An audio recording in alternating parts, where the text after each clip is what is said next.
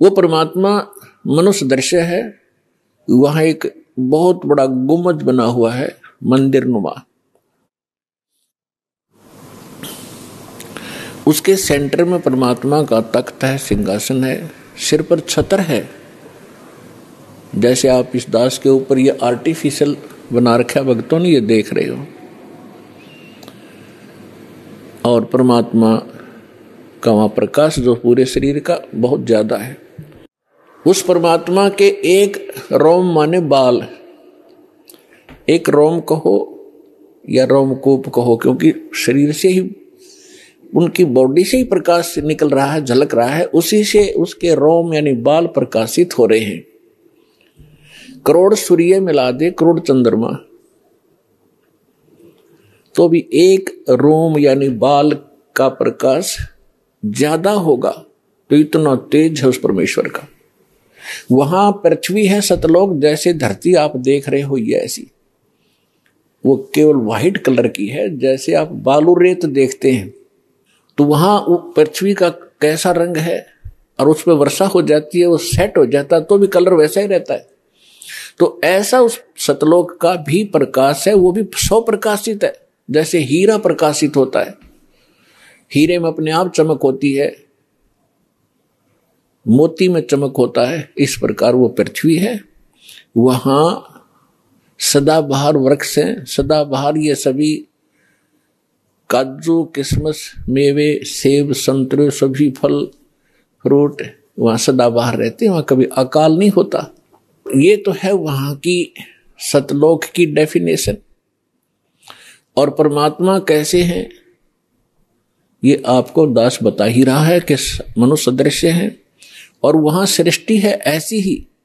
ये तो डुप्लीकेट है जो यहां बनाए गए हैं, ये मिट्टी के शरीर, ये तो उसकी तुलना में एक खिलौने और मिट्टी से बने हुए हैं। और वहां का जो शरीर आपका स्वर्ण का हो, जो कभी विनाश में नहीं आता। इस प्रकार वहां सृष्टि है। वहां आपके पूर्व के सभी महल ज्यों के त्यों हैं।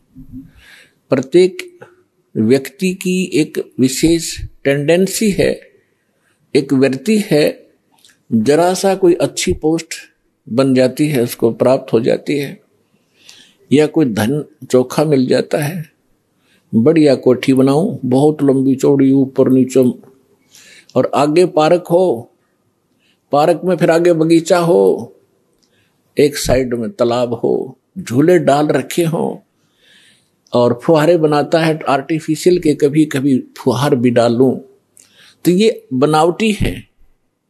अच्छा, यहां तो एक और समस्या है, ये सारा कुछ किसी ने बना भी लिया तो 36 टेंशन साथ लिए रहता, वो उस घूम रहा है बगीचे में, और टेंशन है कहीं और, ये बिगड़ गया काम, वो बिगड़ गया काम, ऐसे ना हुआ वैसे हो जाएगा। तो उसने वहां एक डुप्लीकेट बना भी लिया तो भी उसका सुख प्राप्त नहीं है उसको, व्यक्ति को। और सतलोक के अंदर ऐसे ही बहुत लंबे चौड़े, प्रत्येक प्राणी के अलग अलग महल हैं। वहां आपका परिवार होगा। आपको कितने अच्छे लगते हैं अपने माता पिता, भाई बहन, अंकल, चाचे, ताऊ और बच्चे, रिलेटिव। और यहां ठीक है, अच्छे तो लगेंगे क्योंकि अच्छे हैं, और कल मृत्यु हो जा, टक्कर मारते रहो, कभी भी जीवन में आप उनको नहीं देख सकते फिर। तो ये अच्छा लगते हुए भी व्यर्थ है। और वहां जाओगे आपके सारे सुख होंगे, वहां कभी मृत्यु नहीं होगी। कोई व्यक्ति नहीं चाहता मैं वृद्ध हूं, वृद्ध अवस्था प्राप्त हो, बूढ़ा हूं, और बूढ़े हो गए। कोई नहीं चाहता मैं मरूं, और मृत्यु डेफिनेट। तो ऐसी धारणा क्यों आपकी? क्योंकि आप पहले ऐसे लोक में रहते थे जहां ना वृद्ध अवस्था है और मृत्यु नहीं है। वहां ये 5 तत्वों का बना हुआ पुतला नहीं है। इसमें कभी बीपी हाई है, कभी लो है, कभी राग खींच रहा है, कभी द्वेष। राग द्वेष वहां होता है जहां समानता नहीं होती और वहां समानता है। एक परमात्मा को छोड़कर सबके एक जैसे बॉडी हैं, एक जैसा सबके महल हैं, एक जैसा खान पान है, कोई उसमें अंतर नहीं और कोई अभाव नहीं किसी वस्तु का। तो राग द्वेष और इस तरह के जो रोग होते हैं ये किसी त्रुटि के कारण होते हैं। तो आप जी उस स्थान को छोड़कर गलती से यहां आ चुके हो और यहां आपका कोई ठिकाना नहीं। जिन महापुरुषों को परमात्मा मिले उन्होंने बताया है, आगे गए ना बावड़े, बावड़े माने वापस नहीं आए। पहले जो चले गए उन्होंने आकर बताया नहीं हमारे साथ क्या बीती। और रहते भी सब जाही, बिन साहेब की बंदगी कहीं ठोर ठिकाना नहीं। पहले चले गए, उनका तो पता नहीं क्या बुरा हाल हुआ या अच्छा हुआ, उन्होंने तो कोई आके हमें संदेशा दिया ही नहीं और ऐसे ही शेष हैं वो चले जाएंगे। तो गरीबदास साहिब जी कह रहे हैं कि बिन परमेश्वर की भक्ति कहीं ठोर ठिकाना ना। जैसे आज कोई प्रधानमंत्री है किसी कंट्री का, वैसे तो सुख नाम की यह चीज नहीं है पर हमने उसको घना बड़ा मान रखा है क्योंकि हम जीव संज्ञा में हैं। और कल वो प्रधानमंत्री सतभक्ति नहीं करता है और मृत्यु को प्राप्त हो जाता है, तो कहां गया वो सुख? आगे क्या होगा इन बच्चों को पता नहीं जो खिलौनों से खेल रहे हैं।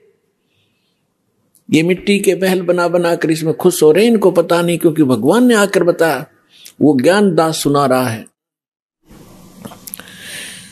उसके आधार से हमें भविष्य का दिखाई देने लग गया कि आगे क्या होगा इसके साथ।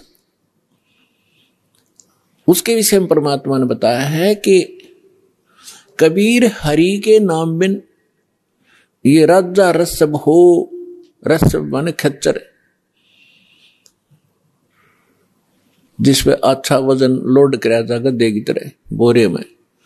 राजा रसब हो और माटी लदे कुमार के और घास न डाले कोई। गधे के साथ एक और समस्या होती है, सारा दिन काम को मार लेता है, शाम को बनी में छोड़ देता, घास खुद चर के आता है बाहर, फिर उसका कान फिर पकड़ लाता जब काम की आवश्यकता होती है। तो पुण्यात्माओं, परमात्मा ने ये जो ज्ञान दिया है आपको सतर्क करने के लिए दिया है, ना कि किसी की इंसल्ट करने के लिए। आप बालक हो वो परमात्मा है, आप उसकी आत्मा हो, आप उसके बच्चे हो। अपने बच्चों को समझाने के लिए परमात्मा ने ना जाने कितने छल छिद्र करने पड़ते हैं, किस प्रकार के ज्ञान आपको सुनाने पड़ते हैं, क्योंकि आपने काल की भांग पी रखी है। कबीर ये माया अटपटी सब गट आने अड़ी, किस किस को समझाऊं ये कुए भांग पड़ी। जैसे कोई शराब के ठेके पर आपने देखा हो कभी, चाहे 20 आदमी घुटी ला कर आ रहे हो सामने, सबकी एक जैसी भाषा, एक जैसी चाल, एक जैसी बोली रहेगी। तो हमने इस काल की इस त्रिगुणमयी माया की भांग पी रखी है। यहाँ के इन तीनों गुणों के दबाव से हम जो जो कार्य यहाँ चाहते हैं करते हैं, यह भांग है और सभी एक जैसी वर्ती होगी क्योंकि सबने एक का कुएं की भांग पी रखी है। वो ज्ञान सुनने को मिला ही नहीं आपको। अब ये ज्ञान मिला है जो इस भांग को उतारेगा, ये एंटीबायोटिक है और ये ज्ञान सतगुरु ही दे सकता है और सतगुरु परमात्मा ही होता है। 600 वर्ष पहले परमात्मा स्वयं आए थे, वो सतगुरु भी थे, परमात्मा तो वो थे ही थे। और फिर उन्होंने कहा था कि जब गरीबदास जी का पंथ होगा 12वां पंथ, उसमें काल अपना जाल जरूर फैलाओगा, लेकिन 12वें पंथ में परमात्मा ने कहा था हम फिर आएंगे। अब परमात्मा नहीं आए तो दास भेज दिया अपना, वही पावर, वही ज्ञान, दास के अंतःकरण में फीड कर दिया, जो दास आपको आज वर्षा कर रहा है उस अमृत ज्ञान की।